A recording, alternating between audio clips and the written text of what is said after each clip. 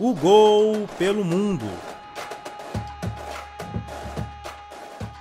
Olá para você que acompanha tudo sobre futebol em ogol.com.br. Meu nome é Carlos Ramos e está começando o Gol pelo Mundo, podcast sobre futebol internacional do site O Gol. Além de tudo o que aconteceu nos principais campeonatos do mundo, teremos como convidada hoje a zagueira Giovana Santos, que joga no Famalicão em Portugal. Hoje comigo, Caio Fiuza, Rian Gomes, Paulo Mangerotti e Rodrigo Debrum. E vamos logo para o nosso primeiro quadro do programa, que é o que rola por aí? E no que rola por aí, vamos começar na Itália com o Rian Gomes, que vai trazer como destaque uma equipe que segue imparável por lá, né, Rian? É isso mesmo, Carlos. A Lazio vem fazendo uma temporada espetacular. É o meu destaque dessa semana, porque é um time que conseguiu, enfim, chegar ali no pelotão da frente, vem disputando ponto a ponto com a Internazionale e a Juventus na última rodada, uma grande vitória por 5-1, né? E o time vem embalado, e principalmente pelo seu principal jogador na temporada, que é o nosso querido Immobile. O Immobile que é o artilheiro, né, da Europa. Ciro Immobile vem fazendo a diferença no ataque da Lazio. A Lazio que tem essa marca na temporada, um time que tem um futebol solto, joga ofensivo e marca muitos gols. Inclusive, a Lazio é o segundo melhor ataque da competição até o momento, são 52 gols marcados e, pasmem os senhores, destes 52 gols, 25 são de Ciro Immobile. Então isso mostra a fase esplendorosa que vive o jogador de 29 anos, né, que cansou de ser tratado como uma eterna promessa, enfim, vem dando frutos desde a última temporada para cá, marcando muitos gols. E além de atacar muito bem, a Lazio tem uma defesa muito sólida, né? Sofre poucos gols, inclusive também é a segunda melhor defesa. É o segundo melhor ataque, só perde para a Atalanta, porque realmente a Atalanta é um ponto fora da curva fazendo gol, faz muito gol esse time. E na defesa é a segunda melhor defesa com apenas 20 gols sofridos.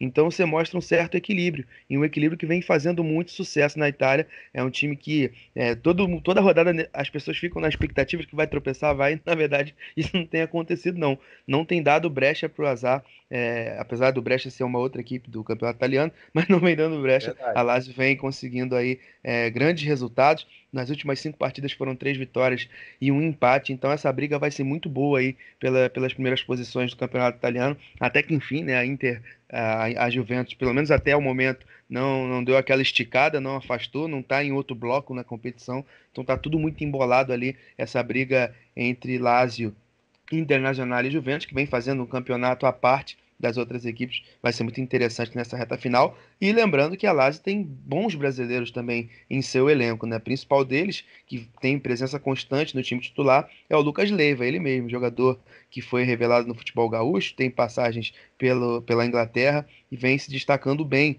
pela equipe da Lazio, é titular, pelo menos na última partida também esteve entre os titulares e faz parte dessa consistência nesse início de jogo, esse estilo de jogo do Simone Inzaghi, né? Ele que é irmão do nosso querido Pippo Inzaghi.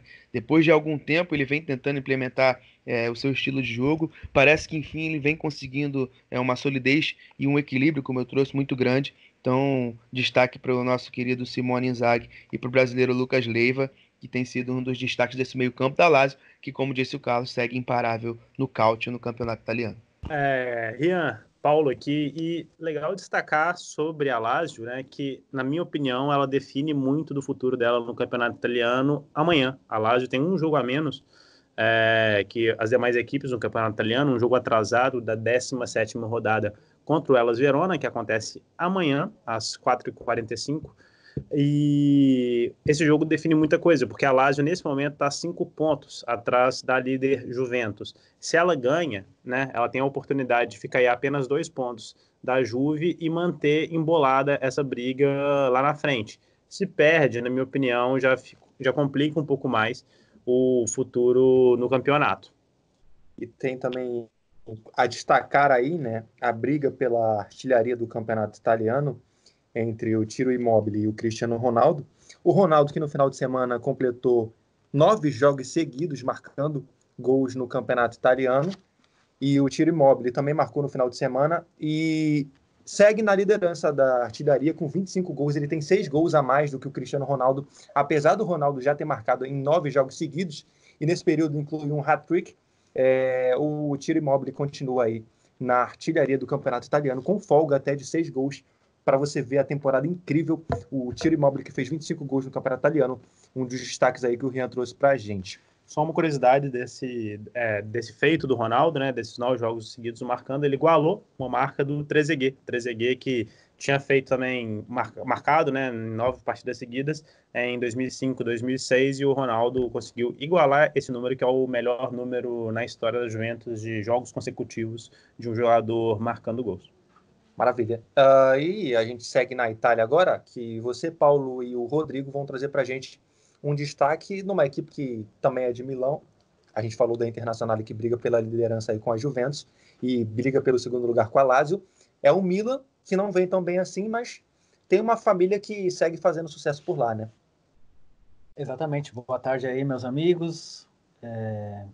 Aqui é a família de sempre ali da história do Milan, né? Começou com o Cesare Maldini, passou pelo Paolo Maldini e agora o garoto é o Daniel Maldini, que fez a estreia dele com a camisa do Milan. 3 gerações de jogadores da família Maldini. Exato, eu e o Paulo escrevemos até uma matéria que dá outros casos aí do futebol de 3 gerações que entraram em campo. Alguns até pelo mesmo clube, o que é curioso também. É isso, a família Maldini segue produzindo talentos para o Milan, mas o Milan não segue produzindo talentos para a família Maldini. Em outros tempos, a família teve a oportunidade de jogar em equipes melhores, né? Agora o nosso querido Maldini, mais novo, o neto do Cesare, está vivendo um momento difícil, né? Um Milan que também voltou a tropeçar na tabela do campeonato italiano e está ali numa posição que não é de Milan, né? Na 6ª colocação, incríveis 7 pontos atrás da Atalanta, que é a primeira equipe aí no G4 do campeonato italiano, então difícil. Paulo Mangeroldi quer destacar algo a mais dessa família Maldini que fez tanto sucesso e continua ainda enraizada aí no Milan? Eu acho que chega com pouca pressão, né? O Daniel Maldini, o pai dele talvez o maior zagueiro da história do Milan, provavelmente um dos maiores zagueiros da história do futebol mundial. Ele ganhou 5 Champions Leagues pelo Milan.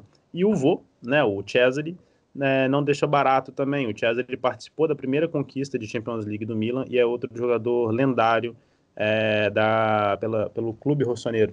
Interessante dessa matéria, né? Eu e o Rodrigo, a gente teve essa ideia, vamos fazer uma abordagem diferente sobre essa questão das 3 gerações. É claro que nenhum caso chega a ser próximo da família Maldini, porque é uma relação intrínseca com o clube só, né? Parece que quase não existe Milan se não existe Maldini, e não existe Maldini sem o Milan.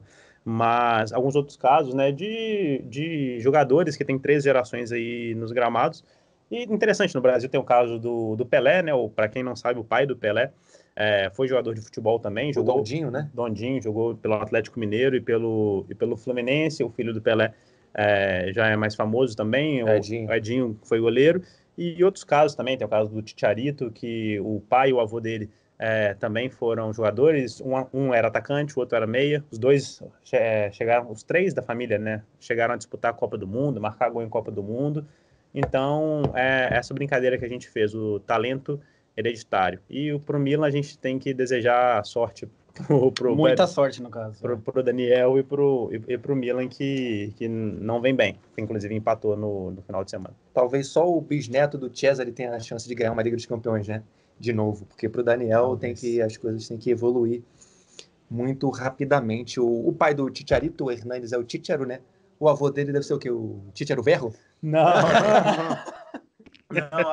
Chicharo Abuelo. Inclusive a gente ia brincar, né, com as ervilhas, né, porque Chicharo é ervilha em espanhol e por isso o Chicharito é a pequena ervilha. Mas o vô não, o avô do Chicharito não é o pai do pai dele, é o pai da mãe, então ele não faz parte da família das ervilhas. Okay. Então é tipo um milho, né? Tite milho? A gente vai sair aí da conversa do milho, aproveitar que o Caio gosta muito de falar de culinária, e a gente vai para a Holanda, porque o destaque do Caio Fiuza hoje vem do futebol holandês, né, Caio?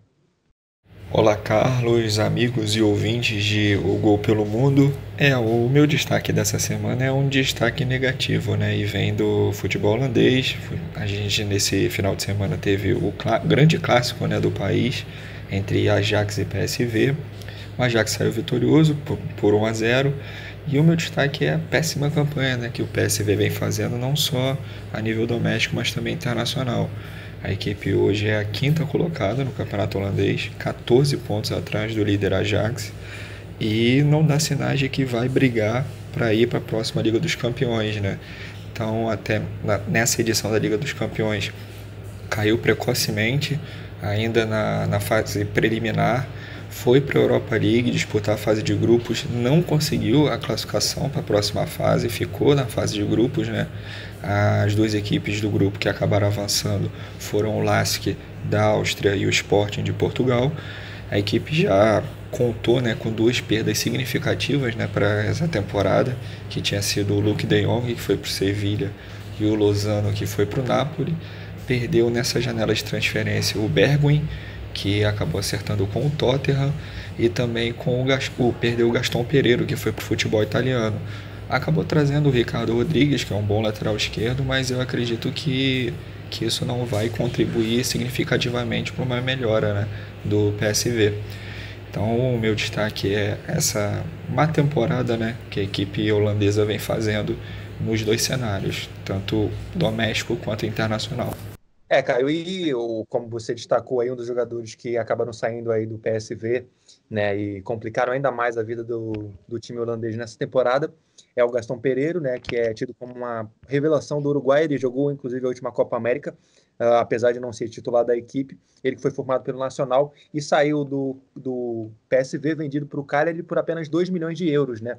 Então, se a gente levar em conta um jogador que é de seleção uruguaia e que estava numa equipe grande da Holanda, que é o Cagliari, é um valor barato, né, o Paulo Mangerotti?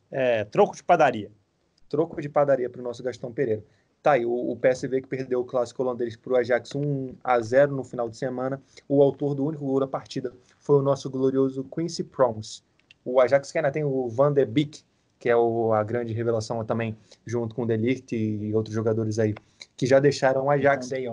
O De Jong e o Van de Beek segue aí na equipe holandesa. Tinha Gomes?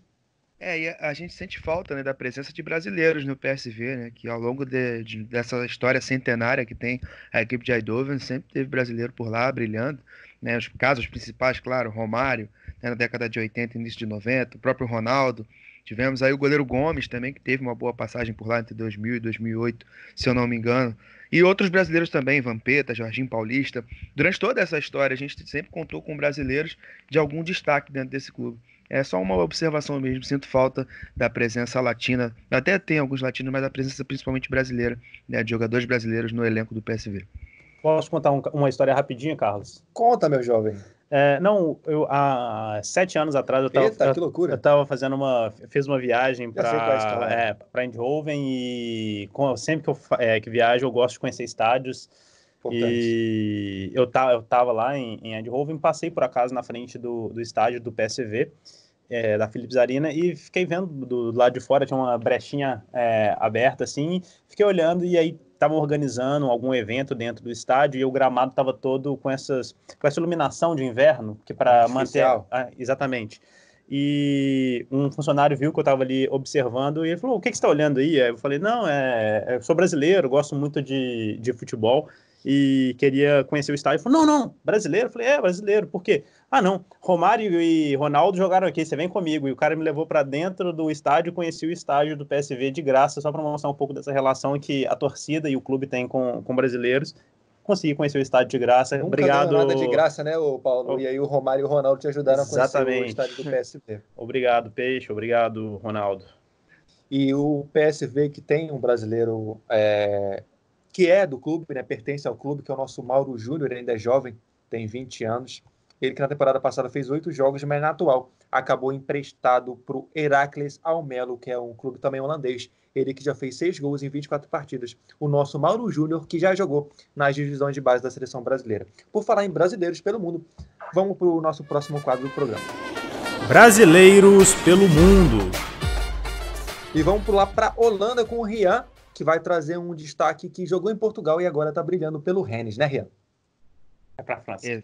Exatamente. Peraí então, Rian, cala a boca. Deixa eu voltar aqui, falei errado, falei merda.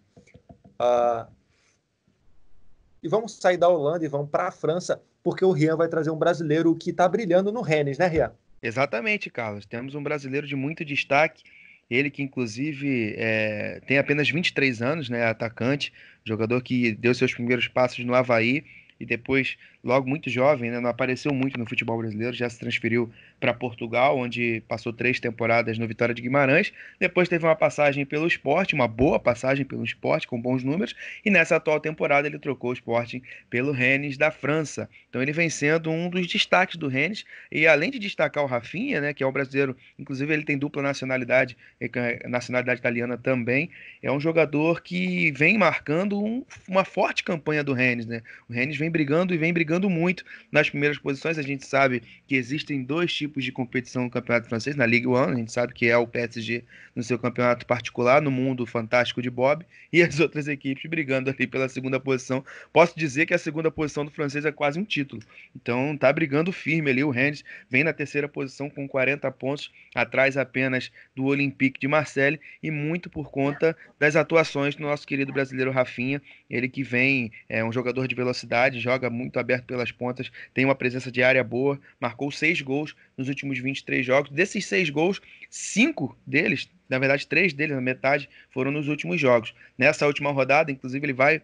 aparecer no nosso próximo quadro, que é o Tem Gol Brazuca, porque ele foi decisivo na última rodada do Campeonato Francês, um jogo fantástico entre Rennes e Nantes, e onde o Rafinha marcou 2 gols, inclusive marcando o gol da vitória da equipe, que coloca a equipe na 3ª posição do Campeonato Francês. Além de tudo isso, é um jogador jovem, né? Ele é natural de Porto Alegre e tem a perna canhota como preferencial, então ele é canhoto, dá muita opção para o ataque, tanto que ele pode jogar aberto pela direita como pela esquerda. Então vem sendo um dos grandes destaques do Nantes, o Brasil sempre levando muitos representantes para o futebol francês, e o Rafinha vem se destacando, então, representando a equipe do Nantes. Lembrando que o Rafinha foi do Rennes, perdão. Lembrando que o Rafinha também é um jogador muito querido pelo nosso querido Jorge Jesus, né? Quando esteve no Sporting, Jorge Jesus tinha pelo Rafinha um grande carinho e sempre apontou o potencial desse jogador, que vem dando muito certo no futebol francês, Carlos Ramos. E o Jesus tentou levar o Rafinha pro Flamengo, né, Ria? Sim, exatamente. Era um dos preferidos da sua lista, tentou negociar essa contratação, mas ele acabou indo para o futebol francês. Uma pena para quem torce para o Flamengo ou para o futebol brasileiro, porque o Rafinha tem um grande potencial, ainda é muito novo, apenas 23 anos. Como eu disse, não apareceu muito, não é tão conhecido no Brasil, mas pelo seu desempenho atual, pode ser que na próxima janela ele consiga pintar em uma equipe de ainda mais expressão no futebol europeu. O Rafinha que estava no Sporting de Portugal, né, antes de ir para o Rennes, já estava se destacando lá na equipe portuguesa. Agora a gente vai com o Rodrigo De Bruyne para Inglaterra para falar de um jogador que vem se destacando. O Rafinha vem se destacando pelos gols que faz. E o Firmino, apesar de tudo, vem se destacando mais até pelas assistências, né, Rodrigo? Exato. O Firmino esse fim de semana fez um hat-trick de assistências. Foram 3 contra o Southampton. Ele não marcou gols ainda em Anfield essa temporada, é uma coisa curiosa. É mais de 1000 minutos sem fazer gols em Anfield. E nessa temporada já são 7 assistências na Premier League. E na artilharia tá naquela briga lá brasileira que a gente já comentou aqui com o Richarlison e o Gabriel Jesus. O Firmino tá estacionado nesses 8 gols. Mas ele tá dando mais assistência do que feito gols ultimamente. Então, como a gente já também citou aqui, ele é mais um facilitador do que um atacante propriamente dito, aquele centroavantão mesmo de área. Né? Verdade. Depois que o Klopp descobriu essa formação com falso 9 e tal, o Liverpool deslanchou. Deslanchou, né? É importante essa capacidade do Firmino, né, de taticamente recuar um pouco e ajudar os companheiros não só fazendo gols, e aliás, principalmente fazendo outras coisas, a não ser gols, né? Isso encaixa muito no jogo do Liverpool, que tem 2 pontas que fazem muitos gols, né? Que é o Sadio Mané e o Mohamed Salah, né? Isso dá muito certo aí no Liverpool. Exato, e o Firmino fora da área abre muito espaço, né? Porque os zagueiros ficam ali, não sabem enfim, se fecham o meio, se cobrem a saída do Firmino. Então, é um sistema do Liverpool dificulta ainda mais, né, o sistema defensivo do adversário. Falta uma compreensão desse estilo do Firmino para ele desempenhar tudo que ele vem fazendo no Liverpool pela seleção brasileira, para ter esses pontas. Se no Liverpool temos pontas que fazem tantos gols assim, a seleção brasileira tem o Neymar, que obviamente tem todo o potencial para fazer até muito mais, mas falta um pouco de compreensão na seleção brasileira para o Firmino deslanchar como o nosso camisa 9. Na minha opinião, ele tem que ser o nosso titular. E, assim, talvez uma coisa que possa ser um agravante, entre aspas, para o Firmino na seleção brasileira seja a cada vez maior tendência do Neymar de centralizar as jogadas. Talvez isso, não sei se eles ocupariam no mesmo espaço em campo. Talvez, claro, o Neymar continua jogando sempre mais à esquerda. Só que cada vez mais no Paris Saint-Germain ele vem aparecendo no meio para criar as jogadas, sim, vindo de trás para... E cada vez mais a gente vê o Neymar dando assistências. E o incrível no Paris Saint-Germain agora, se a gente reparar nos jogos, são os lançamentos que vem fazendo o Neymar. Ele recuando, ele faz cada lançamento longo. Ele dá umas invertidas, uns lançamentos maravilhosos, sim. Espetacular. Não sei se até que ponto isso pode atrapalhar ou ajudar o Firmino. De repente até uma companhia por ali. Não sei. Até que ponto também tem outra questão, a cultura do brasileiro de ter um 9 que marca gols. Até que ponto isso não pode atrapalhar também. Porque se o Firmino, por exemplo, o Firmino na temporada não marcou nenhum gol em Anfield. Imagina se ele fica 10 jogos sem fazer gol pela seleção. A pressão que seria de todos, né, em cima do Firmino. Não sei se essa compreensão também viria das duas partes. Fala, Paulo. Não, acho que a compreensão tem que partir um pouco da mídia também, né? De nós fazermos uma meia-culpa em relação a isso, porque muito se cobra do jogador fazer gol, sendo que talvez não seja essa a função principal dele. Claro que o atacante vive de gols, ele tem que fazer gols, mas se ele está contribuindo de alguma outra forma, a análise tem que ser um pouco mais fria. Nesse caso, buscar uma compreensão um pouco além dos números, no meu ver. Só lembrando que o Firmino não é atacante, ele é meio atacante, né? No Hoffenheim ele jogava sempre assim. Acabou por virar aí um falso 9, mas realmente a cobrança em cima do Firmino eu acho que deveria ser diferente. Porque ele tem outras coisas para dar para a equipe que o Gabriel Jesus, por exemplo, não daria. Então, nesse caso eu acho que a falta de compreensão é mais do Tite, né? No estilo de jogo do jogador. Então, acho que está faltando assimilar um pouco do que é realmente o Firmino em sua essência, do que ele apresenta, o que ele oferece na sua equipe, no caso o Liverpool, que ele não pode oferecer na seleção justamente por não estar posicionado da maneira correta. Então, acho que talvez essa insistência, essa teimosia do Tite em insistir com o Firmino mais centralizado, isso prejudica um pouco também, até a própria imagem do jogador para os brasileiros que não acompanham tanto os desempenhos do atacante fora do país. E aí, depois desse debate sobre o Roberto Firmino, a gente vai voltar para a Itália, porque o destaque do Caio Fiuza na Itália é o Rafael Toloi. Opa. Mais uma vez, a gente vai falar do Atalanta, que continua se destacando aí no campeonato italiano, e o Caio vai trazer para a gente o destaque do Toloi, né, Caio? O jogador que eu gostaria de destacar essa semana, Carlos, é o Rafael Toloi, zagueiro da Atalanta, jogador que está na sua 5ª temporada já pelo clube italiano. E mais uma vez a Atalanta, né, a gente até destacou em outros programas, faz uma boa campanha no campeonato italiano, né? Hoje, se o campeonato terminasse, estaria classificado para a Liga dos Campeões, ali na 4ª colocação, com 39 pontos, atrás de Juventus, Inter e Lazio. E o Rafael Toloi, nesse final de semana, né, marcou seu primeiro gol na temporada, no empate de 2-2 entre Atalanta e Genoa. A Atalanta tem essa peculiaridade, né, de ser um time que faz muitos gols, é o melhor ataque da competição. Mas o grande motivo do Rafael Toloi ser o meu destaque é que eu queria deixar uma pergunta aqui para nós, né, aqui na mesa, se ele faz, né, temporadas bem constantes já, né, um bom nível no campeonato italiano, que a gente sabe que valoriza, né, a questão defensiva, se já não era hora de o Tite, toda a comissão técnica da seleção brasileira, olhar para o Rafael Toloi com mais carinho, né, e dar uma oportunidade para ele na seleção. Queria saber de vocês se você acha que o Rafael Toloi merece essa oportunidade. Bom, Caio, é inegável que o Rafael Toloi tem feito uma boa temporada, né, nesse ano de 2019-2020, inclusive na última temporada também foi bem. Ele vem mantendo uma regularidade muito interessante desde que chegou à Atalanta na temporada 2015-2016. Possui bons números, é um jogador regular, mas ainda assim, na minha concepção, não acredito que ele esteja a nível de seleção, até porque temos grandes zagueiros com potenciais assim muito maiores, apesar de admirar o futebol do Tolói, ele já tem uma idade também um pouco avançada, já está beirando ali os 30 anos, mas acredito que até onde ele pôde chegar, acho que ele está perto do teto ali do que ele pode oferecer, mas é um bom jogador sim, é importante para a Atalanta, mas acredito que pensando em seleção, está um pouco distante.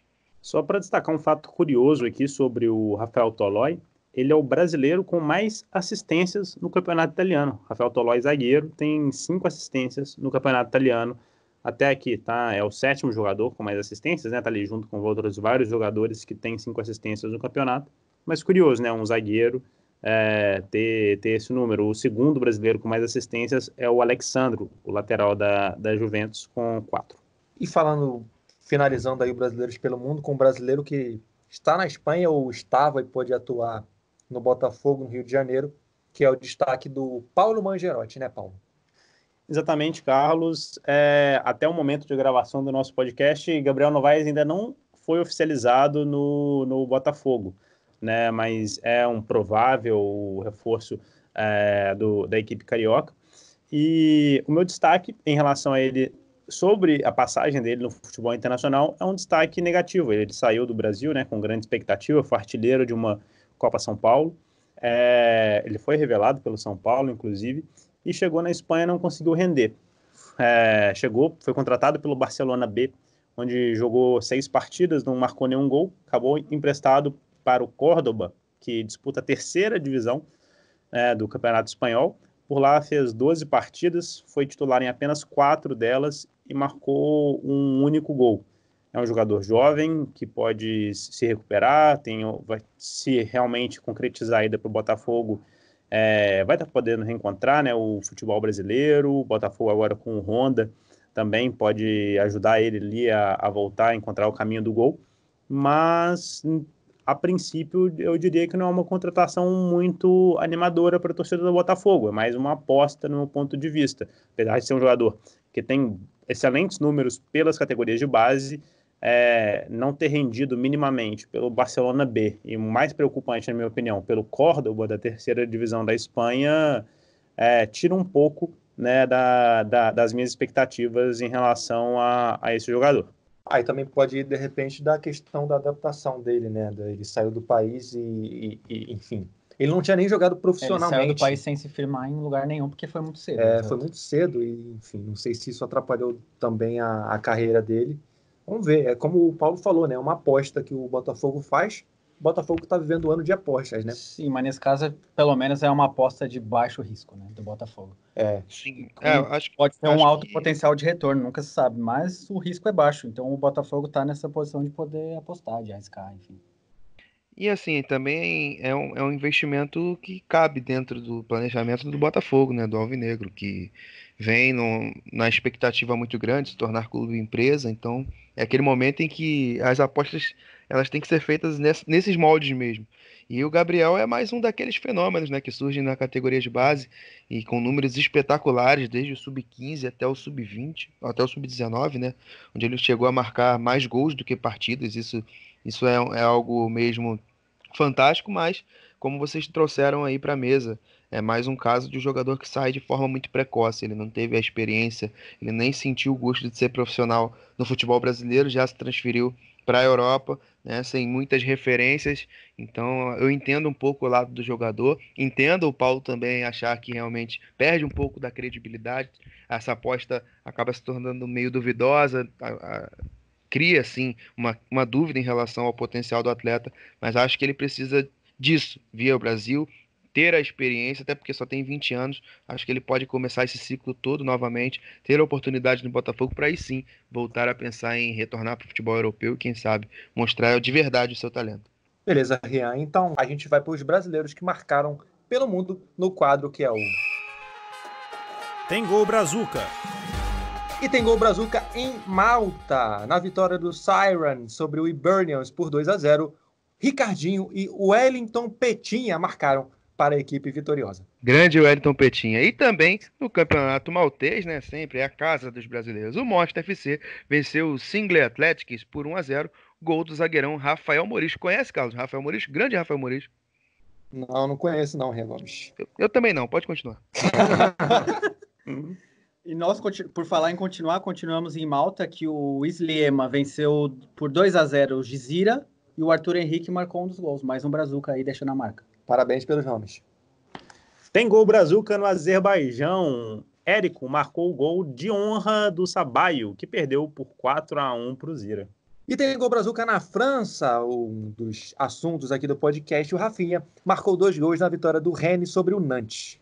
E como não poderia deixar de ser, tem gol brazuca no Portuguesão, Campeonato Português. Gabrielzinho, que não é o do Irajá, marcou o gol na vitória, na goleada do Tio Moreira, o Moreirense, sobre o Gil Vicente por 5-1. E o Tiquinho Soares, sempre ele deixou a marca contra o Vitória de Guimarães, na vitória do Porto, e o Alex Telles também contribuiu com um gol nesse jogo. E em Angola tem gol brazuca também, gol de Davi Fernandes na vitória dos Bravos de Maquis por 3-0 sobre o Ferroviária de Huambo. E depois de tanto gol brazuca, a gente vai falar com a Brazuca, que é a nossa convidada de hoje no quadro que é o Entrevista o Gol. E a convidada do Gol pelo Mundo hoje é a zagueira Giovana Santos, ela que joga no Famalicão em Portugal. Teve uma breve passagem pelo futebol colombiano no Santa Fé e no Brasil. Começou no Centro Olímpico, passou pelo Foz Cataratas e jogou também no Sport. Primeiro eu quero agradecer a tua presença com a gente aqui no Gol pelo Mundo. Tudo bem, Giovana?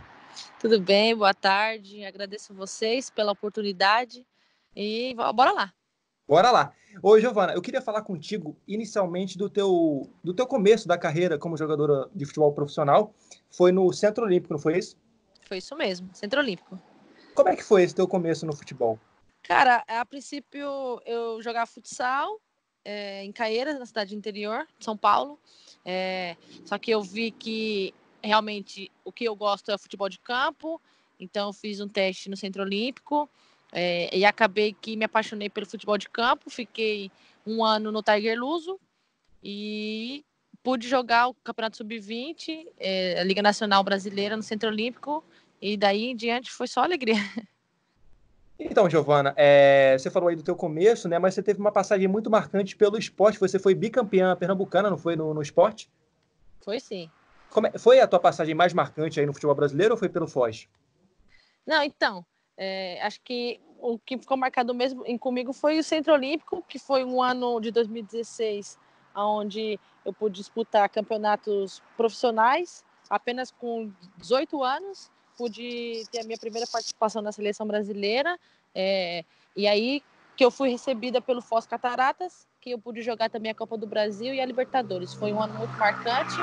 Em seguida eu pude ir pelo Centro Olímpico, pelo Sport Recife, com o treinador do Centro Olímpico, Jonas Urias, e aí eu disputei e ganhei o bicampeonato pernambucano, 2017 e 2018, e foi um ano muito marcante. Realmente foi um momento ótimo para minha carreira. Giovana, após conquistar títulos, né, pelo esporte, você passou também pelo Foz Cataratas e acertou com uma equipe da Colômbia, né, tendo um caminho que não é muito comum no futebol. Queria que você respondesse o que levou você a acertar com uma equipe da Colômbia e contasse um pouco sobre como é o futebol local. Eu recebi a proposta do Campeonato Colombiano, do futebol colombiano, né? E, cara, foi uma grande realização. Acho que desde o princípio da minha carreira, sempre almejei jogar fora do país. Foi uma coisa imediata. Eu estava disputando o Campeonato Brasileiro pelo Foz e, infelizmente, o campeonato tinha acabado para a nossa equipe. E aí vem em seguida essa proposta colombiana. Bom, outra estrutura, outro nível técnico, outra experiência, e ficou muito marcante para mim. Foi um momento muito, muito especial. Giovana, aqui quem fala é o Rian Gomes, um prazer falar contigo. E eu queria que você contasse um pouco mais sobre essa sua experiência na Colômbia, se você teve um pouco de dificuldade com a barreira da língua no início. Conta pra gente como é que foi essa tua experiência por lá. Bom, a princípio foi horripilante. Horripilante? Foi demais. Como a única brasileira, né? Não sabia falar nem 1% da língua. Foi muito difícil, eu Que acabei... isso, todo brasileiro fala um pouquinho de Não. futebol. Só aquele das noites, né? É importante Mas, começar assim, né? com certeza, mas as primeiras 3 semanas, eu ficava só observando as meninas, o treinador, eu sempre ficava por último nas filas dos joguinhos, para me poder observar bastante, e foi aí que eu percebi, eu falei, pô, realmente, eu estou na Colômbia, estou fora do país, estou realizando um sonho, eu preciso ir além disso. Foi aí que eu comecei a fazer aulas, cursos de espanhol, em casa mesmo, baixei aplicativos, comprei livros e entrei de cara na língua espanhola e, graças a Deus, sou um pouco fluente. Importante, né? E tu aprendeu muito lá. Além da língua, né? O espanhol, o que você aprendeu da cultura colombiana, a comida de lá? Uma vez eu comi a comida colombiana, não gostei não. O que você achou da comida colombiana? Cara, infelizmente, me desculpe os colombianos, eu amo a cultura deles, amo as pessoas, a alegria que eles têm, é muito cativante, mas a comida não gostei, infelizmente. Acabei até passando um pouco do limite com massas, com macarrão, pão, porque não estava me adaptando à alimentação deles e acabei engordando um pouquinho, aumentando um pouco o peso, mas fora isso, acho que foi muito bom, muito bom. O nível técnico ali é alto, é bem parecido com o do Brasil. Acho que é um pouco diferente daqui da Europa, que aqui é mais uma visão mais ampla, né? Mais técnico, ou mais tático, perdão. Mais tático, uma coisa mais inteligente, mais rápida. E os colombianos são muito parecidos com os brasileiros. Então, dessa passagem pelo futebol colombiano, você achou que era um nível bom, tecnicamente? Sim, era um nível bom. Até então, eu estava em Santa Fé, uma das melhores equipes que tem feminina, ali da Colômbia. E foi uma ótima experiência. Giovana, Paulo aqui, tudo bem? Tudo bem? Gostaria de perguntar um pouco para você sobre o futebol feminino de uma forma geral, né? A gente sabe da dificuldade que o futebol feminino tem a nível global. No Brasil é de uma forma, na Colômbia outra, em Portugal também. E qual seria a principal dificuldade, assim, que você pode identificar para a modalidade, seja em cada um desses países que você passou? São dificuldades diferentes que cada um desses países oferecem, ou é um pouco do mesmo, assim, da questão do futebol feminino? Bom, acho que infelizmente é um pouco do mesmo em cada país, né? Enfrentamos muito machismo, muito preconceito. Acho que a cultura do mundo, para os olhos do futebol feminino, está bem abaixo do esperado. E acho que a coisa mais importante não, desculpa, mais difícil foi a pressão psicológica, né? Porque mesmo que chegamos num país com uma bagagem boa, com um nome conhecido, até com experiência de futebol alta, mas mesmo assim existe muito preconceito, machismo, e isso pega bastante na mente, não só do futebol feminino, e sim do atleta em si, né? É porque o estrangeiro ele sofre mais do que o atleta local. E acho que com o tempo, graças a Deus, o futebol brasileiro feminino ele vem ganhando uma visibilidade bem maior, pelo menos após a Copa do Mundo. Podemos ter aquela oportunidade do Campeonato Paulista, que teve São Paulo e Corinthians, teve quase 30 mil torcedores na arena, e isso foi maravilhoso. Acho que agora é só alegria, né? Com o tempo a gente vai encontrando nosso espaço, o espaço merecido, né? Porque somos todos atletas. Essa relação com a torcida é diferente né, em Portugal e foi na Colômbia também? Então, aqui em Portugal, eu não tive muita... Bom, eu disputei 3 jogos, 2 deles foi pelo campeonato da segunda divisão. Infelizmente, creio que só teve paz na torcida. Até pelos resultados, né? Até pelos resultados. Acho que o nível técnico da segunda divisão ele é bem abaixo do esperado, mas como todos sabem, o foco do Famalicão é subir para a primeira divisão e assim poder jogar no nível que somos, na verdade. E acho que na Colômbia o apoio da torcida é impressionante. Eu pude ver ali jogos, até porque nós jogamos antes do masculino, então sempre tem 5 a 10, 15 mil pessoas assistindo o jogo, apoiando bastante. Claro que tem umas partes machistas, alguns comentários escrotos, mas acho que a torcida é fundamental e é primordial para conseguir alcançar um nível alto. Giovana, você já chegou a comentar sobre a sua ida a Portugal, falou um pouco sobre o nível técnico e é sobre isso que eu quero perguntar a você. Na segunda divisão, o Famalicão tem 12 jogos e já marcou 185 gols. É algo assim que é inacreditável, né? É um número assim muito exorbitante. Eu queria que você falasse um pouco do que você pensa, o que você acha dessa diferença tamanha, assim, né? Há quase um abismo entre o que joga o Famalicão e as outras equipes da segunda divisão. O que você pensa sobre isso? Cara, acho que esse placar elástico, ele mostra muito do que o Famalicão é.